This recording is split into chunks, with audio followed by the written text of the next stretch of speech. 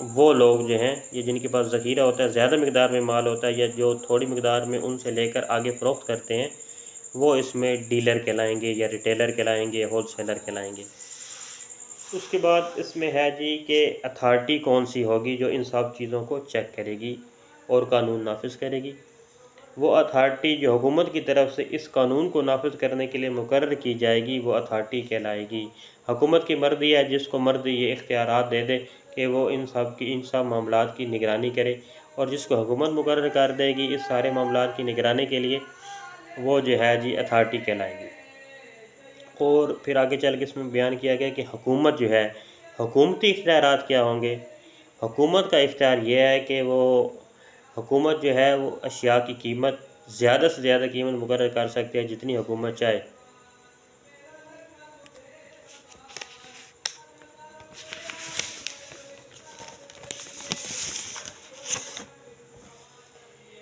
اور حکومت کی اشیاء کی دستیابی اور معیار پر نظر رکھنے کے لیے ٹیمیں بنا سکتی ہے۔ مثلا حکومت کوئی ٹیم تشکیل دے سکتی ہے جو اس چیز کو چیک کرے گی، روزمرہ کی بنیاد پر کرے، ہفتے کی بنیاد پر کرے یا منتھلی بنیاد پر کرے، کہ وہ ایک میکانزم بنا دے گی۔ حکومت اشیاء کی دستیابی اور معیار پر نظر رکھنے کے لیے ٹیمیں بنا سکتی ہے، حکومت کو یہ اختیار ہے۔ وہ جو ٹیمیں ہوں گی ان کے کیا کام ہوں گے؟ ان ٹیموں کے ذمہ یہ کام ہوگا کہ ٹیمیں دکانداروں کے دکانوں پہ جا کر چھاپے مار سکتی ہیں، گوداموں، فیکٹریوں میں بغیر اطلاع چھاپے مار سکتی ہیں، اور جو ذخیرہ شدہ مال اگر وہاں پہ کوئی ان کو ملتا ہے، مطلب کوئی چیز مارکیٹ میں دستیاب نہیں ہے لیکن وہ کسی گودام میں پڑی ہے، تو حکومت کسی فیکٹری میں پڑی ہے یا فیکٹری گودام میں پڑی ہے، تو حکومت اگر چاہے یا حکومت کے جو منتخب کردہ کمیٹی ہوگی جس کے پاس یہ اختیارات حکومت دے گی جس کو، اگر وہ چاہیں تو وہ اس کو ضبط کر سکتے ہیں مال کو۔ حکومت ایک اور بنیادی کام کر سکتی ہے کہ حکومت جو ہے نا وہ اس میں لائسنس جو ہے ایشو کر سکتی ہے، کہ کسی بھی چیز کے بارے میں وہ لائسنس ایشو کر سکتی ہے کہ یہ چیز بیچنے والا جو ہے اس کے پاس لائسنس اس چیز کا ہونا ضروری ہے، ادروائز وہ یہ چیز نہیں بیچ سکتا۔ آگے جا کے یہ بتایا گیا ہے کہ اس جو آرڈیننس ہیں اس میں کون کون سے ایسے کام ہیں جو کرنے سے منع کیا گیا ہے۔ اگر وہ کام کیے جائیں گے تو وہ جرم کہلائیں گے۔ منع اس کام سے کیا گیا کہ مقرر کردہ قیمت جو ہے نا اس سے زیادہ قیمت پہ کوئی بھی چیز فروخت نہیں کی جائے گی۔ مثلا حکومت جو ہے چینی کی قیمت 150 روپے مقرر کر دیتی ہے، اگر 150 سے اوپر کوئی بندہ فروخت کرتا ہے، 151 پہ کرتا ہے، 155 پہ کرتا ہے، اور وہ یہ کرتا ہوا حکومت کی ٹیم جو ہے اس کو پتہ چل جاتا ہے، جو ٹیم تشکیل دی جائے گی، اگر اس کو پتہ چل جاتا ہے اور وہ وہاں پہ جا کے جناب چھاپا مارتے ہیں اور یہ اگر چیز ثابت ہو جاتی ہے تو وہ اس پہ اندراج FIR کا آرڈر دے دیں گے اور وہ جرمانہ بھی کر دیں گے۔ ایک تو یہ ہے کہ مقررہ قیمت سے زیادہ فروخت نہیں کر سکتے۔ دوسرا، کوئی بھی مال جس کی عوام کو یہ جو بنیادی ضرورت کی چیزیں اس میں بیان کی گئی تھیں شروع میں، اسینشیل کموڈیٹی، ان میں سے کسی بھی چیز کی مصنوعی طور پر قلت پیدا نہیں کر سکتا کوئی بھی شخص۔ اگر وہ قلت پیدا کرے گا تو یہ بھی جرم کہلائے گا۔ اس کے بعد اگر کسی بھی جگہ پہ کوئی بھی حکومتی ٹیم جاتی ہے، وہ وہاں پہ کوئی چھاپا مارنا چاہتی ہے، کسی چیز کو چیک کرنا چاہتی ہے، تو وہ اس کو چیک کرنے سے ان کو حکومت کو، حکومتی اہلکاروں کو وہ ریکارڈ فراہم کرنے سے وہ بندہ جو ہے اس میں رکاوٹ نہیں بنے گا۔ اور سب سے اہم اور جو بنیادی چیز ہے جس پہ حکومتیں اکثر زور بھی دیتی رہتی ہیں اور بہت سے لوگوں کو اب آج کیونکہ سوشل میڈیا کا دور ہے، اویئرنیس کا دور چل رہا ہے، تو ہر بندہ اس بات پہ، بازار میں ہم جاتے ہیں تو کافی لوگ ضد بھی کر رہے ہوتے ہیں اس پہ کہ جو ان کی، اور اس پہ جرمانے بھی بہت زیادہ کرتے ہیں، یہ نہیں ہے کہ جرمانے نہیں کرتے، کہ جو نرخ نامہ ہوگا نا وہ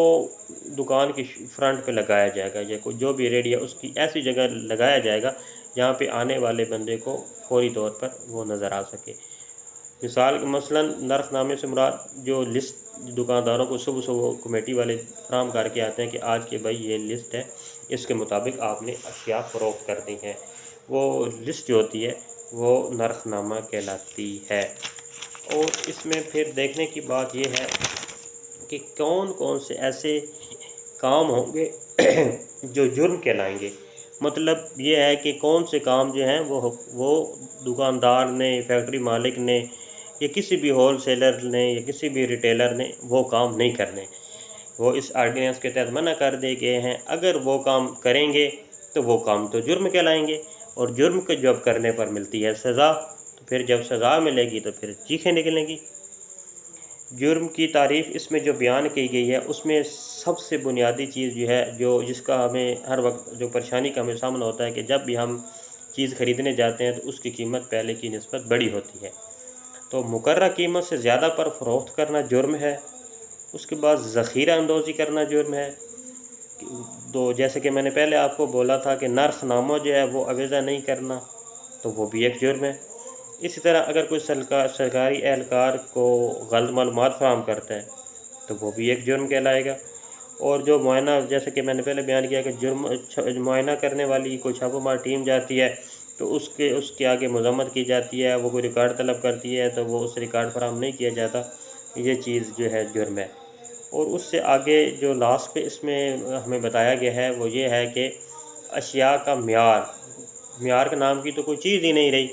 تو یعنی کہ ہر چیز جو حکومت کسی کو بیچنے کی اجازت دیتی ہے اس کا ایک خاص معیار مقرر کیا جاتا ہے۔ اگر وہ چیز اس معیار کے مطابق نہیں ہوگی،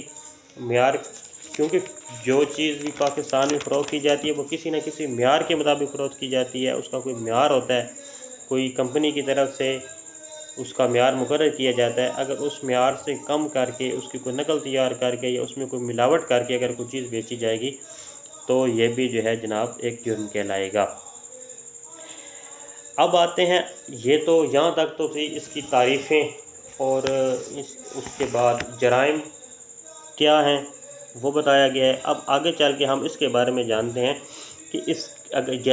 جرم تو ہو گیا، اگر کوئی جرم ہو جائے گا تو اس کی سزا کیا ہوگی۔ اب اگر کوئی شخص یہ جرم پہلی دفعہ کرتا ہے تو اس شخص کے لیے قانون میں کچھ رعایت برتی گئی ہے۔ مثلاً کیا رعایت برتی گئی ہے کہ کوئی بھی دکاندار، جو شخص بھی ناجائز منافع خوری کرتا ہے، یا یہ جو اوپر جرم ذکر کیے گئے ہیں جیسے کہ میں نے ویڈیو میں بیان کیے ہیں، اگر ان میں سے کوئی بھی جرم اگر کوئی بھی شخص کرتا ہے تو پہلی بار وہ جرم کرنے پر اس شخص کو 1 سال سے 3 سال تک کی سزا ہو سکتی ہے، یا 5 لاکھ روپے تک کا جرمانہ ہو سکتا ہے۔ اگر عدالت چاہے تو یہ دونوں چیزیں بھی اسے اکٹھی بھی کر سکتی ہے، اور عدالت چاہے تو 1 سال سے لے کر 3 سال تک جتنی سزا عدالت چاہے اس کا افینس کے مطابق، جرم کے مطابق عدالت اسے اتنی سزا دے سکتی ہے۔ لیکن اگر کوئی شخص یہ جرم ایک بار FIR ہوئی، سارا معاملہ ہو گیا، اس کو تھوڑی سزا ہوئی، زیادہ سزا ہوئی، جو بھی ہوا ہونا تھا ہو گیا، اگر کوئی شخص اس کے بعد دوبارہ پھر وہ جرم کرتا ہے، مطلب وہ اپنی عادت سے باز نہیں آتا، دکاندار، ریٹیلر، فیکٹری مالک، یہ جو بھی، کیونکہ اس کی عادت بن چکی ہوتی ہے اشیاء کو زیادہ پروفٹ پہ فروخت کر کے خود امیر سے امیر تر ہونے کی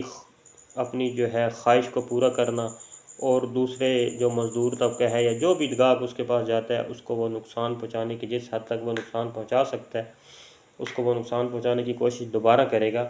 کسی بھی حوالے سے، ذخیرہ اندوزی کر کے، اس کے بعد پھر اس کی قیمت جو ہے وہ بلیک میں یعنی کہ چیز بیچ کر، یا جس حوالے سے بھی وہ دوبارہ، یا نرخ نامے اویزہ نہ کر کے، یا کسی بھی طرح وہ زیادہ جو ہے اس کی قیمت وصول کرے گا جتنی سرکار نے طے کی ہوگی، حکومت نے جتنی چیز کی قیمت مقرر کی ہوگی، اس سے اگر کوئی بھی شخص قیمت زیادہ پہ کوئی بھی چیز فروخت کرے گا تو دوبارہ جرم کرنے پر، دوسری FIR ہونے پر، دوسری بار ایسا کرنے پر اس کو 5 سال تک سزا اس میں مقرر کی گئی ہے، اور اس کا جو مال ہے وہ ضبط کر لیا جائے گا، اور اگر اس کا کوئی لائسنس ایشو ہوا ہے، جاری شدہ لائسنس ہے، لائسنس پہ کوئی چیز وہ فروخت کر رہا ہے تو فوری طور پر اس کا جو لائسنس ہے وہ منسوخ کر دیا جائے گا۔ اگر کوئی دکاندار جھوٹا ریکارڈ پیش کرتا ہے، ہاں وہ جیسا کہ پہلے اوپر بیان کیا، اوپر میں نے ویڈیو کے درمیان میں کر کے جہاں پہ وہ میں نے کہا تھا کہ کون کون سی اشیاء جو ہیں وہ اس میں، جو کون کون سے کام جو وہ کرنے منع ہے، جہاں پہ وہ میں نے ذکر کیا تھا، وہاں پہ میں یہ ہے کہ وہاں پہ بھی میں نے یہ ذکر کیا تھا کہ اگر کوئی دکاندار جھوٹا ریکارڈ دیتا ہے یا معائنہ کرانے سے انکار کرتا ہے تو اس سے قید بھی ہو سکتی ہے اور جرمانہ بھی ہو سکتا ہے یا دونوں بھی ہو سکتے ہیں۔ اور اس کے بعد آگے جا کے یہ ہم وکلاء صاحبان کے لیے جاننے کی بات ہے، یاد رکھنے کی بات ہے۔ ہم وکلاء صاحبان کو اس چیز کا پتہ ہونا چاہیے کہ جو شخص یہ سارے جرم کرے گا، کیونکہ یہ سارے جرم کروانے کے بعد تو آنا تو آپ نے بالآخر ہمارے پاس ہی ہے، تو ہمیں پتہ ہونا چاہیے کہ یہ جو جرم ہے یہ قابل ضمانت جرم ہے یا ناقابل ضمانت جرم ہے۔ تو یہ جو جرم ہے یہ زیادہ تر جو ہے نان بیلیبل ہیں، یعنی کہ ان میں ایسا نہیں ہے کہ فوری طور پر جناب آپ کو مجسٹریٹ صاحب کے پاس پیش کیا جائے گا تو آپ کی ضمانت ہو جائے گی۔ اس میں آگے جا کے اگر مزید یہ بھی چیز ہم وکلاء کے لیے جاننے کی ہے کہ مجاز عدالتیں اسپیشل مجسٹریٹ مقدمات کی سماعت کریں گے کہ مقدمات کی سماعت کون کریں گے؟ جس کو حکومت مقرر کرے گی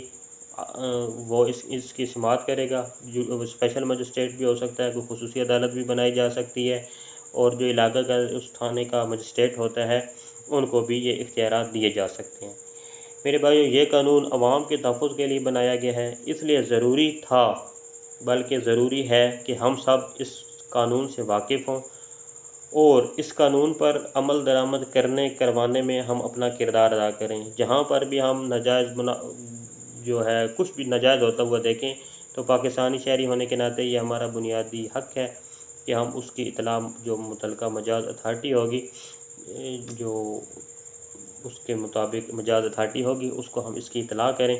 جنہوں نے وہ معاملات کو کنٹرول کرنا ہوتا ہے۔ تو یہ تھی میری آج کی ویڈیو۔ امید کرتا ہوں کہ میری ویڈیو آپ کو پسند آئی ہوگی۔ اگر میری ویڈیو آپ کو پسند آئی ہو اور میری ویڈیو سے آپ کے علم میں اضافہ ہوا ہو